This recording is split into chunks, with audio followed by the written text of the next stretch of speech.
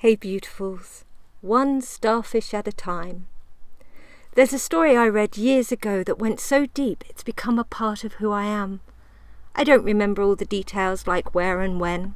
Here's what stuck with me. There was a person walking along a beach who noticed someone in the distance doing something rather odd.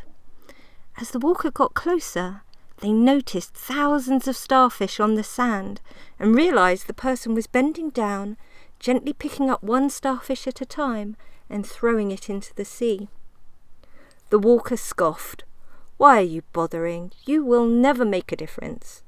And the person replied, whilst releasing another starfish, "Made a difference to that one," then bent down to pick up another.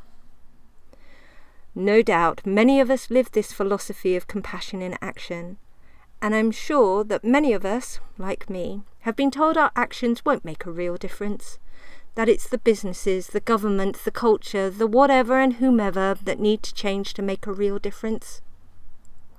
I think redefining what success means is one of the most powerful and self-compassionate actions we can take. I would love, with a capital LOVE, for my work to make a difference for thousands, and absolutely love to earn enough to make a living from my creations. Paradoxically, I already feel like I've made it. I'm a success. I've launched, I'm sharing, and I've made a difference every time someone messages that what I've shared resonated with them, comforted them, inspired, uplifted, made them feel like they are not the only one. Another beautiful starfish back in the sea of life. It breaks my heart knowing people who, because of limiting beliefs, distorted perceptions of success, constraints of home life, stress of making a living, or whatever else stops them, don't do what is in their hearts. I know how that feels. I did it for too long. Slow, subtle decaying of the spirit. Eventually it became too painful. That's when I started to do something about it. I started with taking home less money by working one day less a week to explore and reconnect with my creativity. Why is it too often we humans wait until something is too painful or in chaos before we do something about it? Why wait? And better late than never. So if you want to be a writer, write. If you want to be a singer, sing. If you want to be an artist, paint, draw, doodle-doo. Bake cakes, make jewellery, pottery, poems, photos, films. Teach writing, music, crafts, breathing, stretching, dancing. Do whatever your beautiful heart and mind conjures up and deep inside you desire to be doing.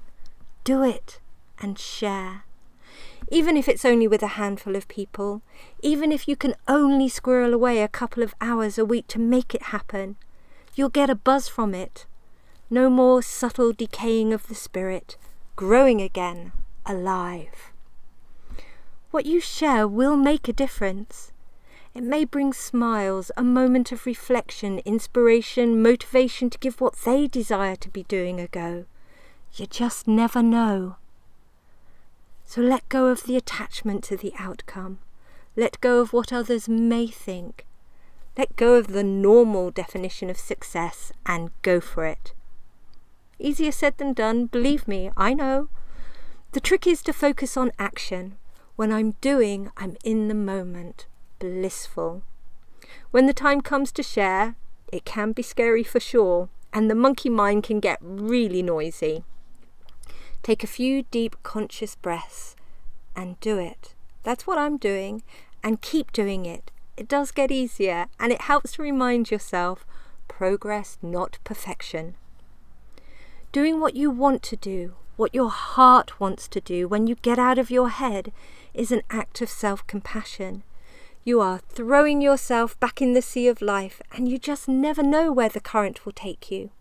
What an adventure! Are you in? Footnote. This really does happen. I shared this thought seed with a friend to review, and the number of starfish was challenged. She suggested maybe hundreds. So I went online to check, and to my absolute amazement read that thousands of starfish washed up on a beach in South Carolina on Monday. The images and the thought of this event happening are mind-blowing, don't you think?